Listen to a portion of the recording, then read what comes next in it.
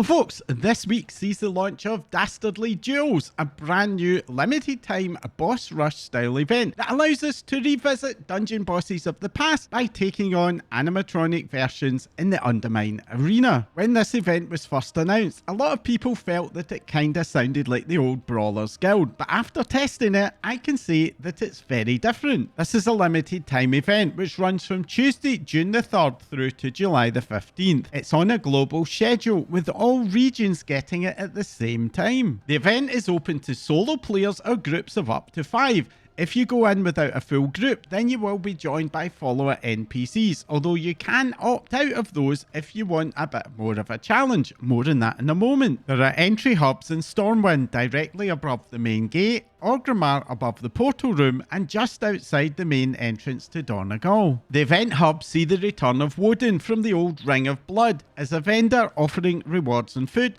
along with the event's compare, Ziggy Maru, who you can speak to enter the instance. On entering, you arrive in a staging area where you can pick up food and potions, as well as offering useful buffs like a 15% damage increase and damage taken reduction, a 50% speed boost. There are also options to reduce your damage by up to 40%.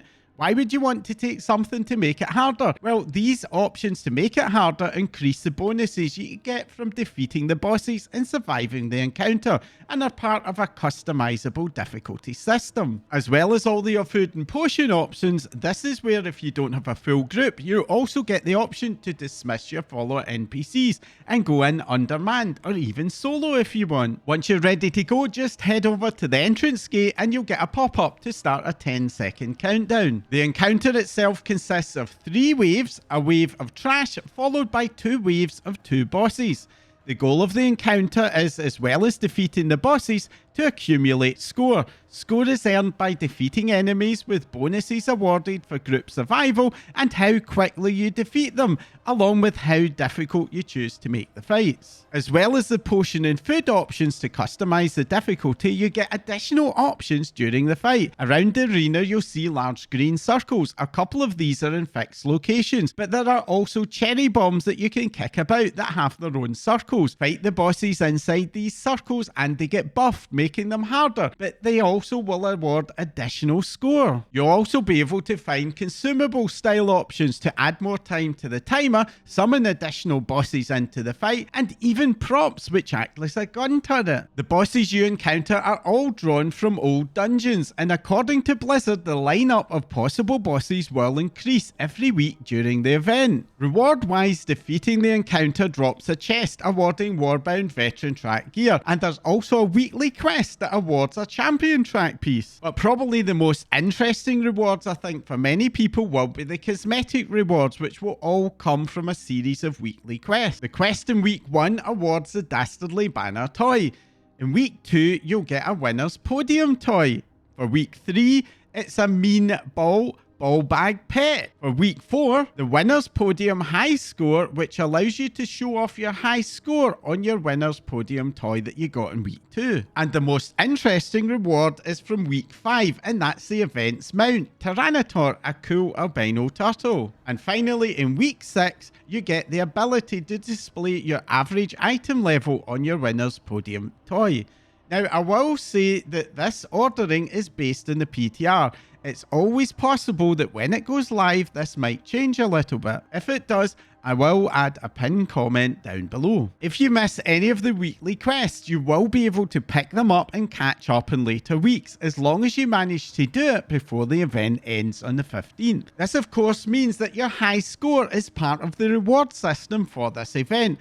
As well as the toy, the event hubs will also have podiums that you can step up on to display your high score to the masses. Now, when I first saw this announcement, like I think most people, I did think that it sounded quite a bit like the Brawler's Guild. However, the Brawler's Guild encounters were a lot more mechanically complex, being much closer to a solo raid encounter, whereas the Dastardly Duos are a lot simpler, employing the original dungeon boss style mechanics. This, however, is offset by having multiple enemies to fight, along with that choose your own difficulty system, and the scoring system does make for very fast and quite anarchic feeling encounters. Difficulty wise, it really is up to you. If you go in with the buff food and the potions along with the followers and ignore all the other options to make the fight harder, and it does result in a fairly straightforward experience that focuses a lot more on speed than challenge. On the other hand, if you do take all the options to ramp up the difficulty, then things do get quite a bit more spicy. Now, if you're someone who isn't keen in time content, my advice is to not worry about it. The timer really only has an impact on your score. In practice, it's very lenient, and unless you're going for the highest score possible, you'll pretty much be able to ignore it. I had a ton of fun testing the event on the PTR. This is a very different and novel take on a World of Warcraft combat encounter, and I'm pretty confident it's going to be a bit of a success, with something to offer for most players. And even if this guide hasn't made you feel that you want to give it a try, I do recommend that you do, as you'll probably be very pleasantly surprised. And that's it for Dastardly Duos. I'd be super interested to hear your thoughts. Will you be shooting for the high score to show off on that podium, or are you just there for the mount? Let me know in the comments down below. And if you found this update helpful, entertaining, or even just plain annoying, then do let me know by hitting that like icon. And if you want to support my channel to grow and help me to make more of these videos, along with my other content, then do hit that subscribe button right now before you forget. And if you don't want to miss out whenever I release a new video, as well as subscribing, you can follow me on social media for updates. My links are in the description down below as well. That's all for now. Thanks for watching.